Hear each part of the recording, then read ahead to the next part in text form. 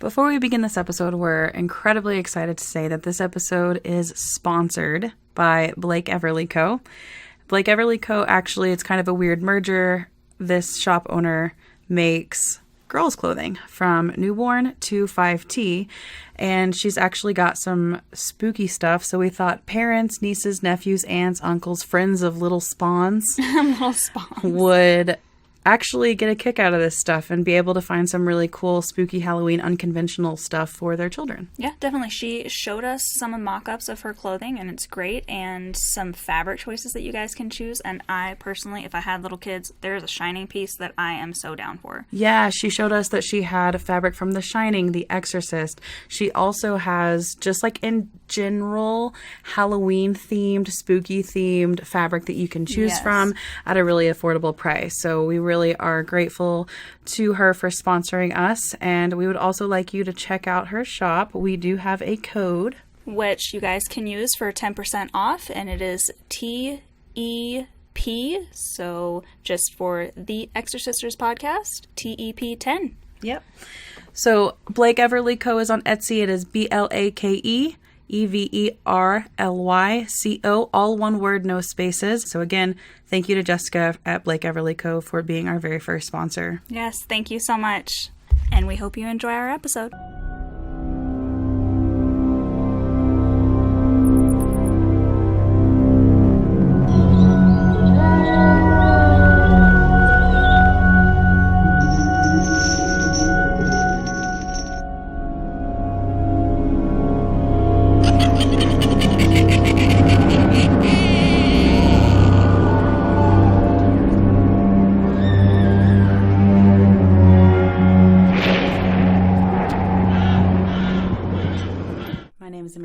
Kristin. And we are the Exorcisters. So sit back, relax, and let's get creepy. Welcome to episode 42. And in this episode, we are going to be discussing the 1979 sci-fi horror classic, Alien, on its 40th year anniversary. Mm-hmm. I know you have some thoughts. So, okay, wait. Before we get started, we actually went and saw this in theaters today. Yes, which is really cool. Fathom Events, which does, a lot of the events, obviously, in movie theaters, brought it back to screen for its 40th anniversary, and this is actually my very first time seeing it, and was in theaters, so I'd never seen this movie before. Mm-hmm. And you wouldn't let me know what you thought this whole time. No, you have no idea what my opinion is, but what's your opinion? Because I knew your opinion going into this. I hate sci-fi anyway, and honestly, I found this movie so boring. I was coming up with grocery lists. I was like, I need to get that. I need to call that person. I was so bored into your tasks. Yes. Yeah. So I was bored in a couple of places, but I just right off the bat, I do enjoy some sci-fi.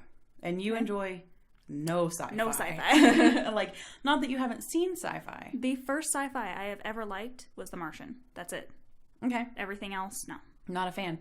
So there is some sci-fi that I do enjoy. I love, huge fan of Star Wars. I think that's kind of like a mainstream that most people like, even if they're not really into sci-fi. So that's minus kind of me. Right, minus you. So that's kind of a cop-out. But I do enjoy a lot of sci-fi. And there are some... Well, it's just the probably most mainstream sci-fi that there is. And I think we've talked about this, like when we did The Fourth Kind, I never feel like watching an alien movie. Mm-hmm. But when I do, I usually get into it, if not for the actual movie content, just for the idea of it, I guess, is really scary. Okay. And so for this movie, I'm, thinking a lot about the time frame that it's in. So this is 1979. So we have Star Wars has come out by then, by this time. There so had had been Close Encounters. Right. So had 2001: A Space Odyssey, which is like the #1 sci-fi flick of all time. Right. Those had all come out. Yeah. So it's not like this movie did anything that hadn't been done before in that respect. Mm-hmm. But I think what it did do was, again, my first time seeing it. So you're literally getting, and so is Kristin. Mm-hmm. And I haven't even my husband asked what I thought. And I was like, nope, guess you're going to have to listen to the episode. So I've never talked about this movie until right now. So this is just like a raw reaction, basically. I'm excited. I admired a lot of things about this movie. One of them was the design of the ship. Mm-hmm. I found that really neat. And I think that, having the very limited exposure to computers, at least on an everyday basis back during that time period, because we didn't really start seeing computers in homes until the late 80s, early 90s. And even then it was like, if you're like wealthy, right, exactly. So, or at least in that middle class area, upper middle class. So for them to think about all of these things and what would a spaceship in, 2122, what would that look like? What would that be?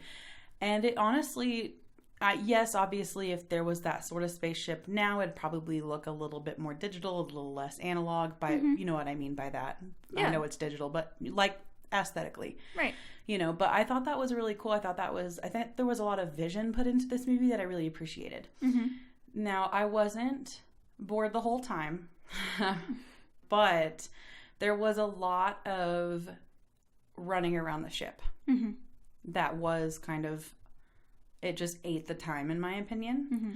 And there wasn't a ton of full alien, which I was expecting a little bit more of, just because, again, this is one of those movies I'm relying heavily on pop culture to teach me about before I had even seen it. Mm-hmm. And so there were a few scenes that I thought were from this movie that may be from a sequel. Okay. More, because I know Sigourney Weaver comes back. There was one where the little tongue alien's like right in her face and she's like terrified, and that may have been from a sequel. I'm not sure. That may have been made up. I have no idea where it came from. Or maybe I just, in my head, that's what I saw. I have seen all of them. It's been a long time because I watched them purely for the fact that it is pop culture and I feel like I should know. Be a part of Exactly. it. Yeah. So it's not like I watch them over and over. So I think that might happen in 2. So okay. Aliens. So we might get to that eventually. Yeah. But I don't know. And, I know obviously the chest scene. Mm-hmm. That's just... Everybody knows that. That's even how I tease this movie without ever seeing it, because that is iconic. And I liked I know that there was some trivia in the beginning about the director not really considering it like a special effects kind of movie. That being said, I liked a lot of the special effects. I thought that they were very well done. It seemed like a, high budget movie that they put a lot of time, effort, money, and love into. I liked the strong female character, but then there were other times where I'm like, she's still not being respected, though. So Sigourney Weaver's character, I like that she survived, and I like that she was the second in command, but even second in command, they didn't really seem to respect her. Yeah. So it was kind of a wash almost for me as far as her character goes. I know it's kind of hailed as this woman character in horror. Exactly. But at the same time... Well, look at what you had up to that point. She's like the strongest female we had yet. Exactly. So. Yeah. So let's get into... Some of the things that I did have a problem with were, again, the walking around the spaceship a lot. Mm-hmm. What about how long it takes to even get to the chest burster? Yeah. That took forever, right? It did. And there was, I understand the discovery and that, I think we're getting a warning message. And some of the buildup was just a little long. And some of the things, this may be super nitpicky, and this may not even be a thing. If space exploration is just like a thing, that's something we're doing. They're a commercial freighter, basically, and why are they like the only ones out there? There's no one to help them, no one to help intercept them. No one has ever come across this before. It seems like if we're continuously mining other planets with commercial ships, there would be some sort of, for lack of better word, highway. You know what I mean? Yeah. So it's interesting, like the whole tagline is, in space, no one can hear you scream. But they're commercial ships, so why are there not other commercial ships? Again, just one of those things where I was like, maybe I don't need an explanation for it, because that's not what the movie is intended to do. Just an interesting... No, totally. I don't like this movie, but devil's advocate for a second. Yeah. What if this is a new-ish mining operation? So maybe they've only had like 1 or 2 basically semis. And that's fair. Go through space, and the alien heard them and set up this whole trap. That's very true. And something I even thought, I was like, so they're basically the space truckers. That's exactly, honestly. Yeah. So I could definitely see that, and that's totally fine. It wasn't, like I said, a huge sticking point where I was bothered by it, but I was like, are they truly alone? And it's going to take 10 months to get back to Earth. That's a long time, you know, so they clearly are incredibly far away, or they just don't move very quickly. Did it take them that long to get where they were going? I don't know. A lot of questions that that's not what this movie is for. Totally get that. So I'm just going to let that rest. Another thing was there was a lot of splitting up in this movie. Yes. And that is just a trope, I guess. And that's that. Exactly. Whatever. There was a lot of use of the camera technique of strobe light effects. Yeah, they should have they do not warn you ahead of time if you have seizures. You're right. They should have. I think one of the things is this movie is such an old, not that old, it's 40 years old, but an older classic film that I'm sure they think that people that love this movie are going to see it, you know? And for me, never having seen it, yeah, it was a little jarring. I don't have seizure problems, but sometimes like vertigo and dizziness every now and then. So that was a little jarring, but they're using that technique to distract from, I think, some of the shortcomings of the time, of the... You don't want to see the seams or the zipper on the creature. Exactly, because there's a man in the suit, you know, and so I totally get that. It's just a little jarring because pretty much the whole third act is strobe lights. Is strobe lights and alarms. And smoke and... Yeah, but I will say, another thing that I actually liked, I found my heart racing.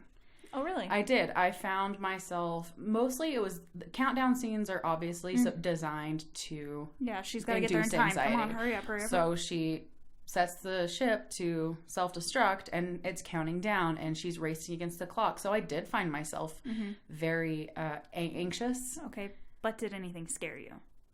No. But I think that there's a fine line with this movie between sci-fi and horror. And I could see the horror being very, you're on a ship with something that is going to kill you. And one of the things that the twist in this movie was the science officer, Ash, was actually a robot, said was it's, you know, just as, this isn't, I'm paraphrasing, but it's just as perfect as it is hostile. So he basically ends his lifespan saying, you're going to fucking die. It's going to kill you. So that is, I think, where it maintains its horror factor. Is just basically, it's a cat and mouse thing, but with an otherworldly. Definitely a haunted house where you yell at people, get out of the house, get out of the house, go to the cops, go somewhere. You literally can't. Yeah. So it takes that factor out of it. That's definitely horror, and I respect it for that. That's awesome. Yeah. I just wasn't scared and really bored. I also, this is the other thing I had a problem with, and I'm not looking to have problems, but I did just see it, so, you know. I think that you can use a cat jump scare one time and it be effective.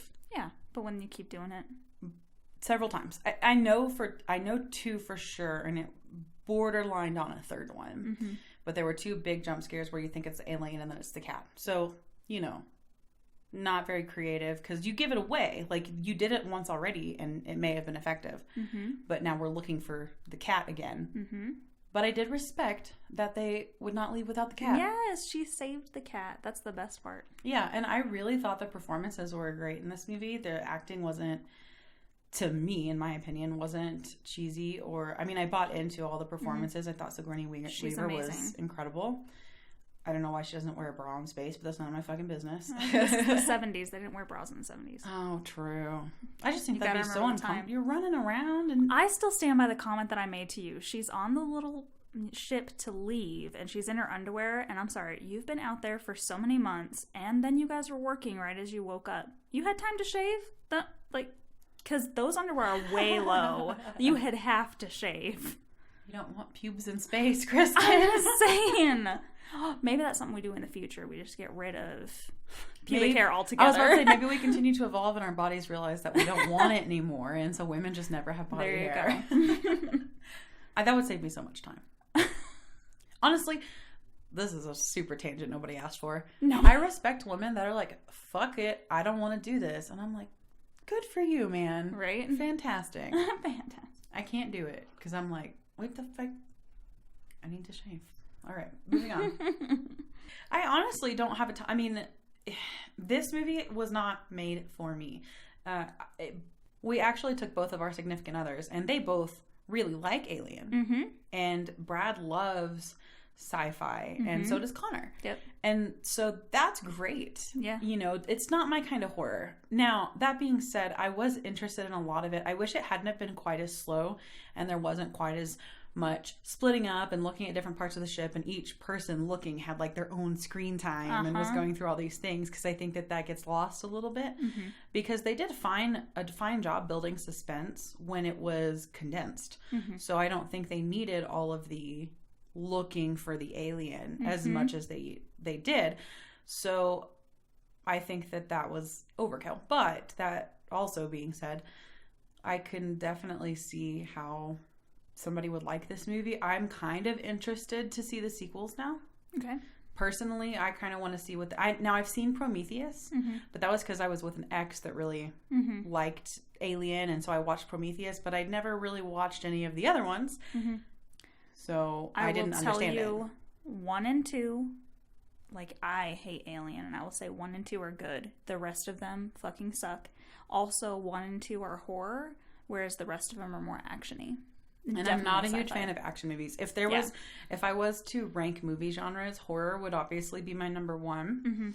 I would probably honestly have sci-fi close to my top 4. And at the very bottom is action. I don't like action movies. They just all are kind of the same to me. Blow stuff up, run away from the bad people, do cool stunts. And that's great. There's a time and a place. It's just not for me. And so even superhero movies kind of teeter the line for me a little bit. So, but, you know, I don't want to shit on this movie, because I did find myself like a little bored a few times. But for the most part, especially towards the end and the second and third acts, the second act was a little long. First and second were a lot of build-up. But towards the end, like I said, I felt like my blood pressure was raised. I even checked my pulse at one point. I was like, is my heart racing? And I was like, wow, okay. Which is really good cool. job. Yeah, that was great. I don't know if it would have happened if it wasn't in theaters.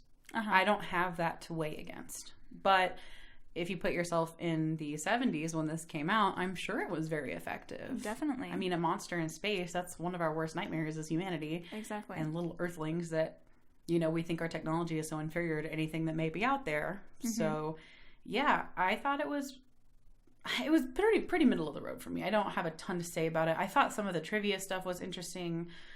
Since this was an event, they had like a hosted trivia thing at the beginning, and some of that was kind of cool. Yeah, and I looked up a couple more, not much. The chestburster scene, actually, the rest of the actors had no idea it was going to happen. They knew that something was going to happen, and they came to set, and everyone was wearing raincoats, so they were like, oh god, what the fuck is going to happen?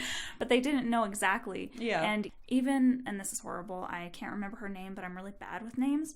Not Sigourney Weaver, but the other female. She gets sprayed with blood when the chestburster comes out. Yeah. She didn't know that was going to happen, so that scream was real, and their reactions are real and stuff like that. So it's that's interesting. Amazing. Yeah, it's interesting that you bring that up, because when I teased this movie on Saturday night, sorry, it was a little late, I teased it with the chest bursting scene, and somebody commented and said, "What? Wasn't their reactions real? Didn't they not know?" And I didn't want to answer, because I was like, I'm pretty sure that's correct.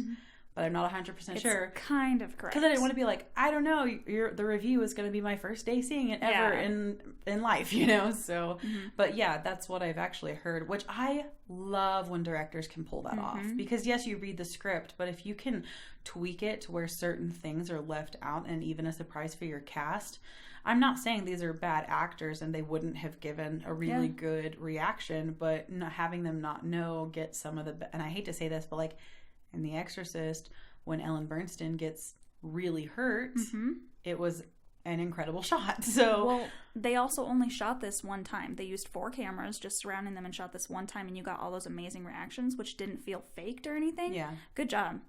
And I would love to see, like, honestly, I would love to, I probably wouldn't watch it if it was like an hour and a half long, but like a little 15-minute thing of some of the behind the scenes stuff of how they managed to pull off some of these effects, especially without all the CGI that we have today. I would love to know some of that stuff, like the chest bursting scene and stuff like that. Jim Henson was the biggest. Like, Jim Henson did the puppets for this. And oh, that's cool. Yeah. Now, the alien suit was a dude in a suit. Correct. It was a dude in a suit, but Jim Henson created the suit. I mean, just like Big Bird. So that's it's cool. still a... Yeah. I still consider it a puppet. I know it's a dude in a suit, but I still think it's a puppet. Because of his involvement? Yeah. He's a puppeteer. That's what he does. Yeah.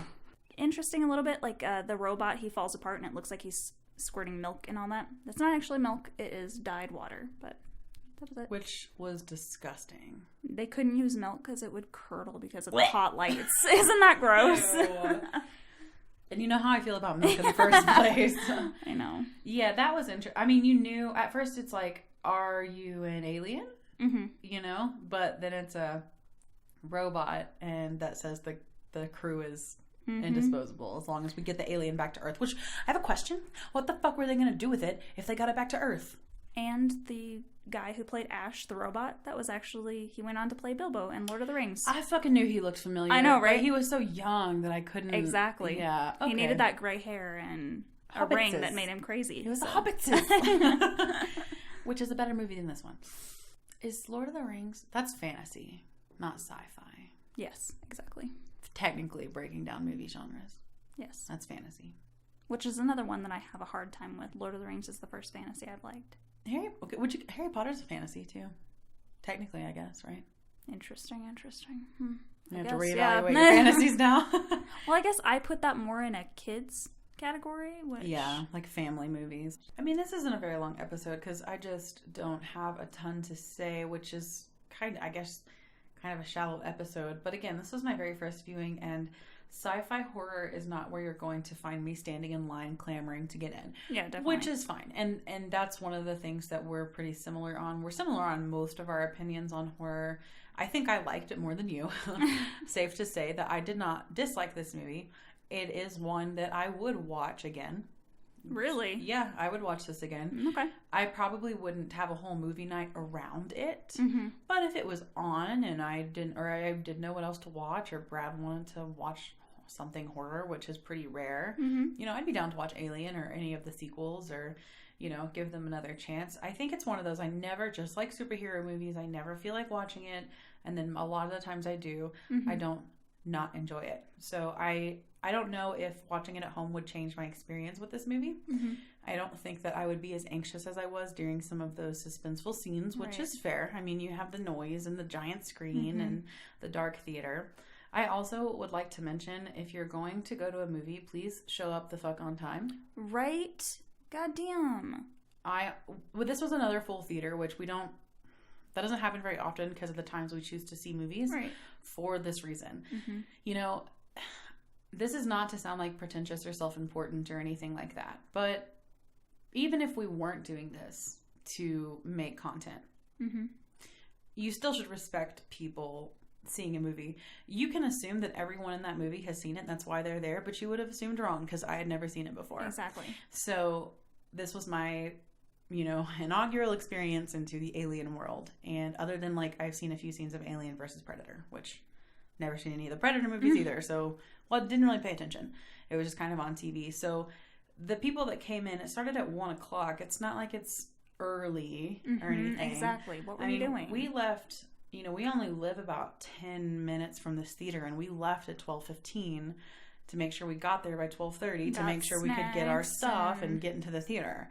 And yeah, I know that there are trailers to some movies, but these special events don't really have trailers. And so when it says it's going to start at 1:00, it's starting. It's usually starting. And so there were probably 3 or 4 sets of people that came in during some of the opening sequences, which you're getting a lot of information from some of these opening sequences. You're being introduced to the cast. They're talking about things. So you don't know, if you've never seen a movie, what's going to be important and what's not. And I did miss some of the opening dialogue between the crew members, because there was one where, like, they couldn't see where they were trying to sit, so somebody had to get up and move. Right in front of us. Right in front of us. And the house lights are completely down. They don't really line the stairs anymore with lights, especially. So they have their flashlights finding their seat numbers. Yeah. Jesus Christ. So, you know, don't be a dick, honestly. Don't walk into a movie 15 minutes after it starts, because, like, I did miss some, and it's not a huge deal. It's just, like, common courtesy. Even when we're the only ones in the theater. Or think we are. Or we're in the back row, so it's not a big deal. Or whatever. It's just, So Chris Stuckman is one of the movie reviewers that we like to watch on YouTube, and he has like 2 things on his channel, and they're just a rant on moviegoers. And honestly, yes, we do a podcast. Yes, we pay attention to create the best content that we can. But even just throwing that aside, just be like a cool human being, show up on time, shut the fuck up, and don't go if you have a crazy cough or cold. I'm just saying. Other than that, we didn't have any talkers or loud eaters. Yep. It was really respectful. Once everybody got in the theater, it was total. And I think that's because, again, other than maybe me being the outlier or some significant others that went because their spouse was super into it, you can assume that most of these people are here celebrating this because they love this movie. Right, which is, I totally get it. But, you know, even still, don't be a dick. Right. And on that, I give this movie a 3 out of 5. Yeah. Also a 3 out of 5. We seem to match all the time. I would definitely, if it were just me thinking about this, probably a 1 or a 2. But this is also me we're talking about. So trivia and history definitely comes into it, and what they have achieved for their genre. So I'm going to judge that into it too. And 3, they did an amazing job just because I don't like it and it's not for me. And I think that it did, while there were things that had come before this for it to live up to, which they even talked about, Ridley Scott was like, it has to be as good as the production value of like Star Wars. And they did a good job. A wonderful job. Yeah. Sometimes movies from the, 60s, 70s, 80s, if you watch them now, especially for the first time, the time frame can take you out of it a little bit because if you're not really in love with the movie, or if you don't particularly appreciate it, or if you're not a movie buff, then sometimes it can be a hindrance to you enjoying the movie for what it was then. This didn't do that for me. I think it even held up to current, yes, it was a little dated based on the computers, but other than that, that's pretty much how I picture a spaceship. So, right. I mean, they did a great job. And my 3 is a very strong 3. I think I'd probably give it a 4 if some of the looky-loo scenes were a little more condensed, because you can build suspense, which they did, without making them a long, drawn-out 15-minute looking around for stuff thing. So, yeah, I'm happy. That's a happy 3 out of 5. Like, I did enjoy this movie. I definitely did not hate it. It was something that did keep my interest for probably, 80% of the movie. So, yeah, I'm happy with that, and I think that I'm glad I saw it in theaters. I wasn't super excited to go, to be honest with you, but just because sometimes you just don't want to go to the fucking movie theater. Right, exactly. But I had a good time, yeah. Not upset about it. Good. Yeah. I'm glad we showed you another intense classic that you should see. Yeah. And now we're done. Right. And I'm never watching it again. That's fair. Well, you knew going into it that it wasn't going to be a great time for you. Yeah. You leaned over and you were like, I am so bored. Yeah. I tried, because after the chest burster, I never really remember what the end is like, because by that point I've usually fallen asleep. And I really tried to get into it and hope that I would jump and something like that. No, never. I just was bored the whole time. Yeah. Sadly. There was one scene where I jumped a tiny little bit, but I can't tell if that was the scene or my husband sitting next to me is real jumpy at everything. Connor jumped and at one he too. Jumped. Yeah, there was probably the same one. So, yeah. Thank you guys for hanging out with us. Hopefully our review of Alien didn't disappoint you. It's pretty middle of the road. Neither one of us hate it. So, I hate it. For what it is. Exactly. For what it is, I respect it. Yeah. So you can hang out with us on Facebook and Instagram at the Exorcisters Podcast. You can hang out with us on Twitter at the Exorcisters. We do have a website. It is exorcisters.com. And you can find us on our Gmail at theexorcisters@gmail.com. I would like to mention with our Gmail, we do ask for requests all the time, but we may not always get to them. So if you have sent in requests, just know we are not disregarding them. We do have a schedule, though, so we don't throw movies on willy-nilly, but it is something that we will add. We have a huge Excel spreadsheet of potential movies to do, so you are not being heard. We are adding them on there to choose eventually. Just keep listening to us for the next 10 years. We'll get to it so eventually. sorry. And next time, this comedy kills. Until then, stay creepy.